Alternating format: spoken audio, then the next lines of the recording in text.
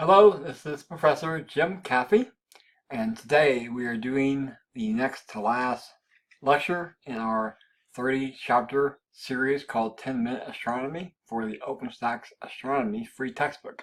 And chapter 29 is called The Big Bang. Are you ready? Okay, here we go. Prepare to have your mind blown. Our space telescope of the future is almost here. As of late 2019, it is going to be going to French Guiana for launch. And it's going to be about 1,000,000 miles away from the Earth, so we can't go service it like we did Hubble. This one is going to be much bigger, much more complex. Well, two of the greats, Einstein and Hubble. Here we go.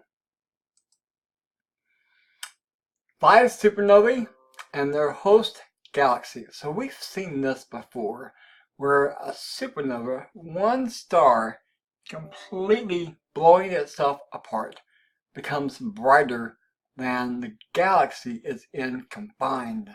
Wow. Well, this is a big graph to just kind of say that over time, the expansion of the universe has been changing. And also, the further back in time you look, let's say we look 13 billion light years away, those galaxies are moving away from us with a large galactic redshift, sometimes 40 to 50% the speed of light, whereas things near us don't go near that far. A beautiful globular cluster, 47 Tucani.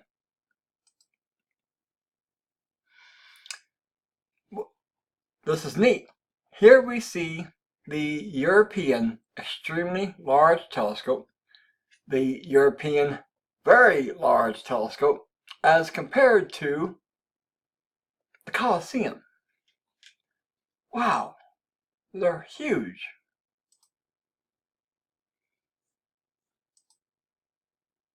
I go like that. You look at a balloon and you blow it up. You've got dots on it. Those are your galaxies. As you blow up that balloon, those galaxies move farther apart.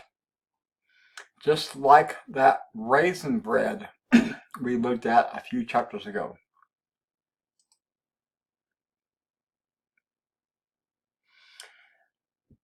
Here's where it starts getting tough.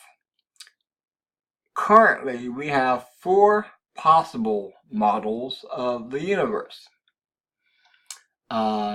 Could be decelerating in a closed or open system. It could be just coasting along, or it could be an accelerating universe. We are finding out. We've seen the Hubble Ultra Deep Field in chapter 28. So beautiful. Here is Lemaitre, and this Belgian cosmologist was one of the first.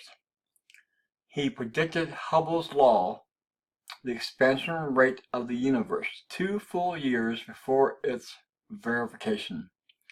And he was the first to consider seriously the physical processes by which the universe began. Wow.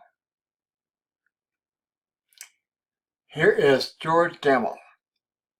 And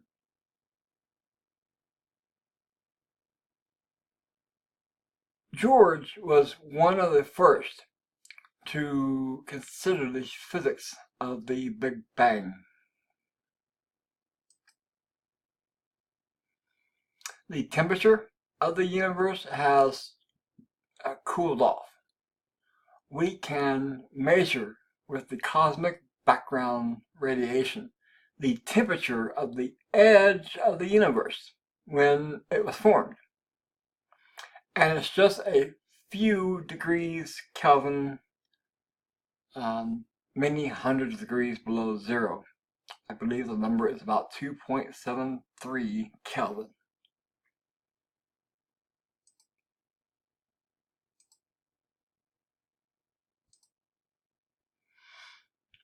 All right, Robert Wilson and Arno Penzias, they are standing in front of the Bell Labs horn-shaped antenna from which they discovered by accident the cosmic background radiation, and they received their Nobel Prize in Physics for it. And that radiation has been measured, I was right, 2.73 Kelvin. And this was measured by an instrument in space called Caffey, Cosmic Origins Background Explorer. And what did it see? It found some smoothness to the universe and temperature, but it also found inconsistencies. Very interesting. For the whole universe, how could space be shaped? Is it spherical? Is it flat? Or is it hyperbolic? And we see those shapes.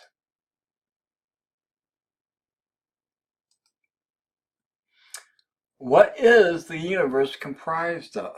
Most of it's this dark stuff.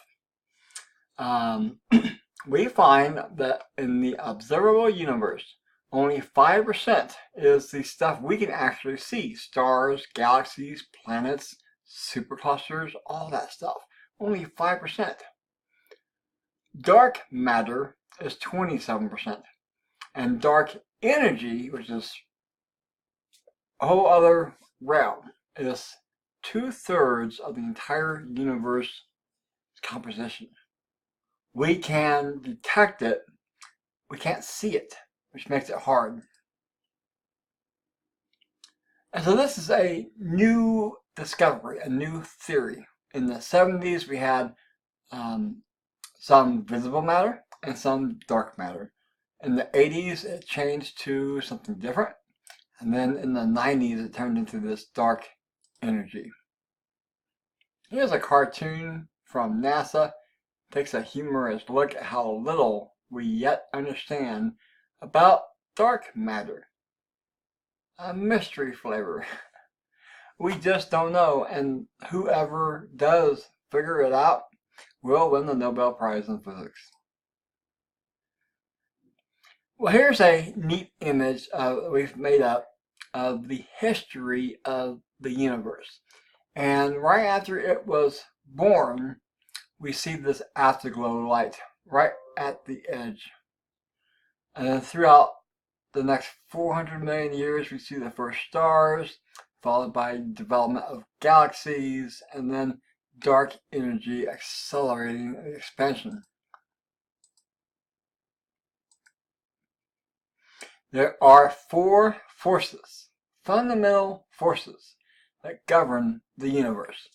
We have gravity, the weak nuclear force, the strong nuclear force, and the electromagnetic force.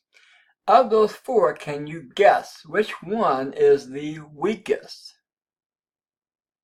It would be gravity.